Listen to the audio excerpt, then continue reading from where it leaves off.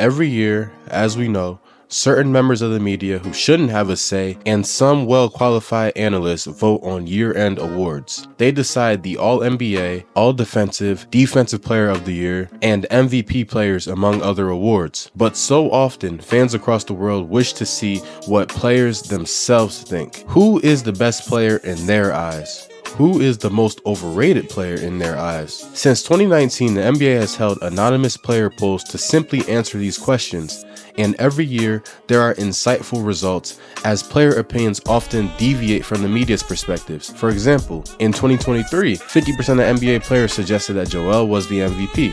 And we saw how that turned out. In other words, these player opinions can often be misguided in the long term, with the latest example being the under or overrating of Indiana's Tyrese Haliburton. And the NBA players spoke. They voted Tyrese Haliburton as the most overrated player in the NBA. Also, side point, we know 100% without a grain of doubt that Damian Lillard was one of the players to vote highly as most overrated. Haliburton had Dame sitting in a chair on defense out of pure hatred. I have never seen that in my life. That's like a vegan going to a steak barbecue.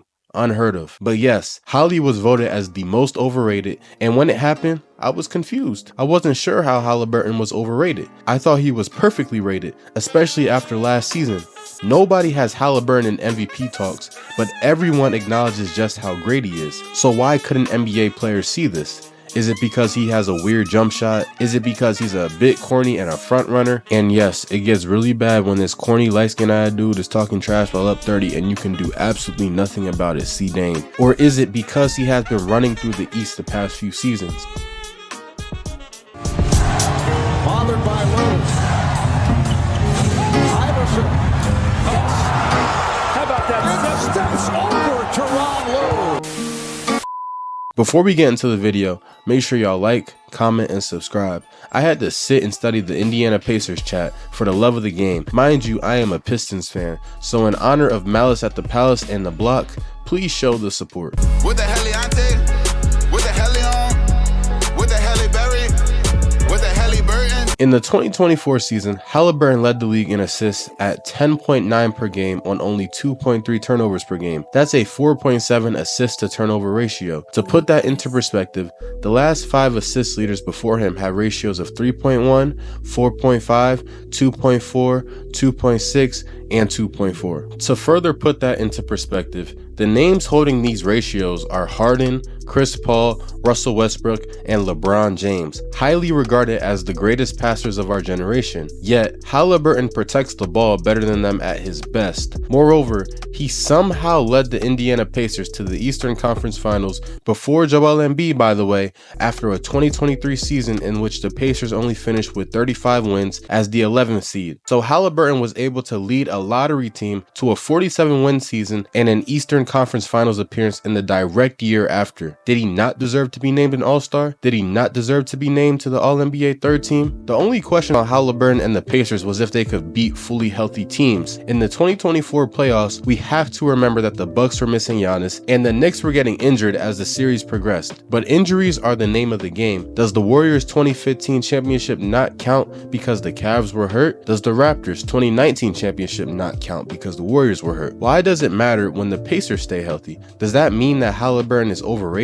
Nevertheless, they were fair questions to have about the Pacers as a team, but were they fair questions to have about Haliburton? First and foremost, I have to point out that this is Haliburton's 5th season, meaning he's nowhere near his prime. In his first 5 seasons, Haliburton has totaled 5,842 points, 2,947 assists, and 711 turnovers over 333 games. In comparison, let's look at the numbers in Magic Johnson, John Stockton, Jason Kidd, and Chris Paul's first 5 years, all considered to be the top true point guards in their eras who in the first 5 years were in similar positions as Haliburton on their respective teams. Magic totaled 6,136 points, 3,327 assists, and 1,341 turnovers over 338 games. John Stockton totaled 4,340 points, 3,941 assists, and 1,052 turnovers over 410 games. Jason Kidd totaled 4,669 points, 3,170 assists, and 1,131 turnovers over 347 games. Chris Paul totaled 6,668 points, 3,446 assists, and 888 turnovers over 345 games. To put that into per game averages,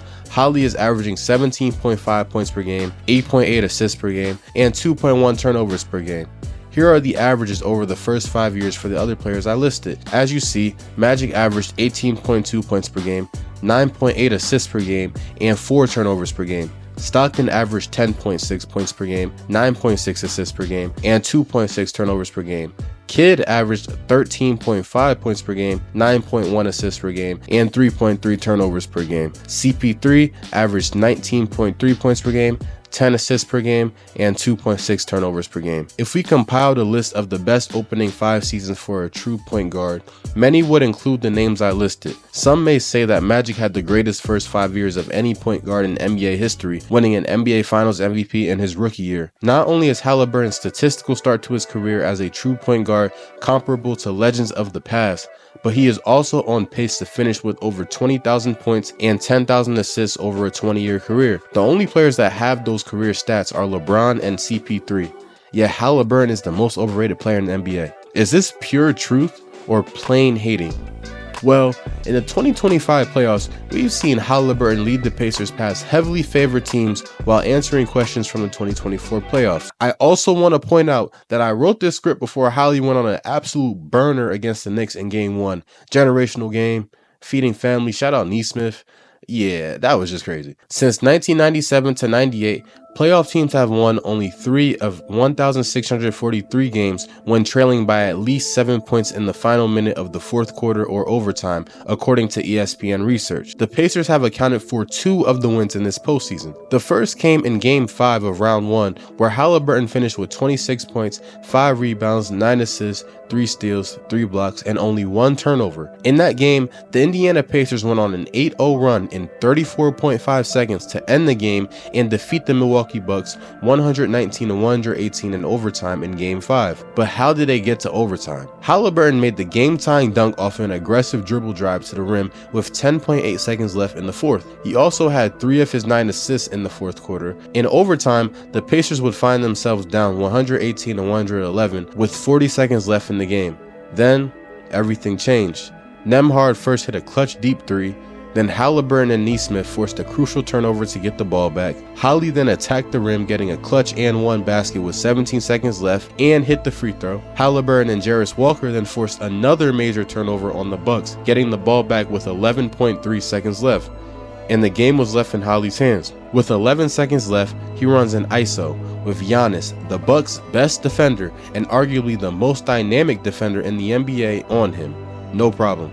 Holly brings Giannis out to the perimeter, crosses him over, and hits a game-winning layup over him to complete the comeback. Haliburton's footprint was on 4 of the 5 major plays to spark the Pacers to win the game and complete the comeback. From the game-tying layup in the fourth, to clutch defense, to the game-winning layup over the 2-time MVP in Giannis, Haliburton sparked this history. In the fourth quarter and overtime of that Game 5, Holly scored 14 points while also getting his dad so hyped that the man was banned indefinitely from his son's games. Free that man. And in the final 30 seconds of play alone, Holly has 7 of those 14 points.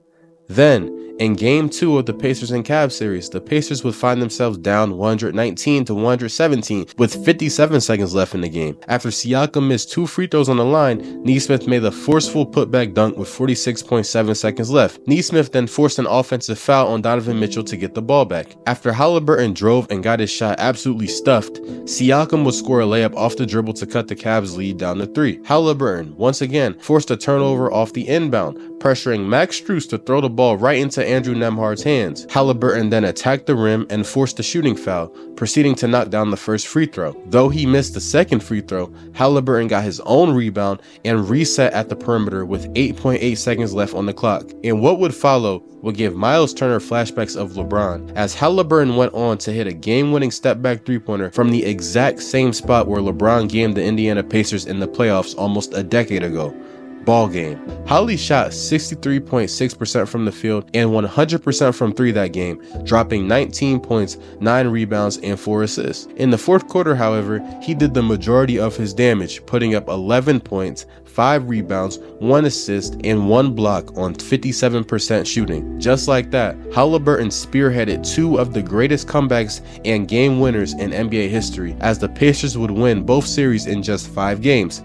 And now, Haliburton sits in the Eastern Conference Finals yet again, and in Game 1, the Pacers did the unthinkable yet again. Haliburton hit the game-tying shot after trailing by 9 points in the final minute of the fourth quarter. Not only did he hit the game-tying shot, but he pointed at Reggie Miller on commentary and did the most aura-filled thing I've seen all year in the choke sign in Madison Square Garden. Prior to Game 1, teams were 0 and 1,414 in playoff games where they trailed by 9 points with 1 minute remaining in the fourth. Now, they're 1 and 1,414. Holly dropped 31 points and 11 assists, dropping 8 points and 4 assists in the fourth quarter and overtime. Just a reminder again that Joel Embiid has never been to a conference finals. Once again, Haliburton has the opportunity to get to the finals at the young age of 25 years old. And also, I just want to show Nesmith some love because Nesmith was on an absolute burner. Haliburton is clearly having a historic start to his career, and to call him overrated is just a marker that someone doesn't know basketball. And maybe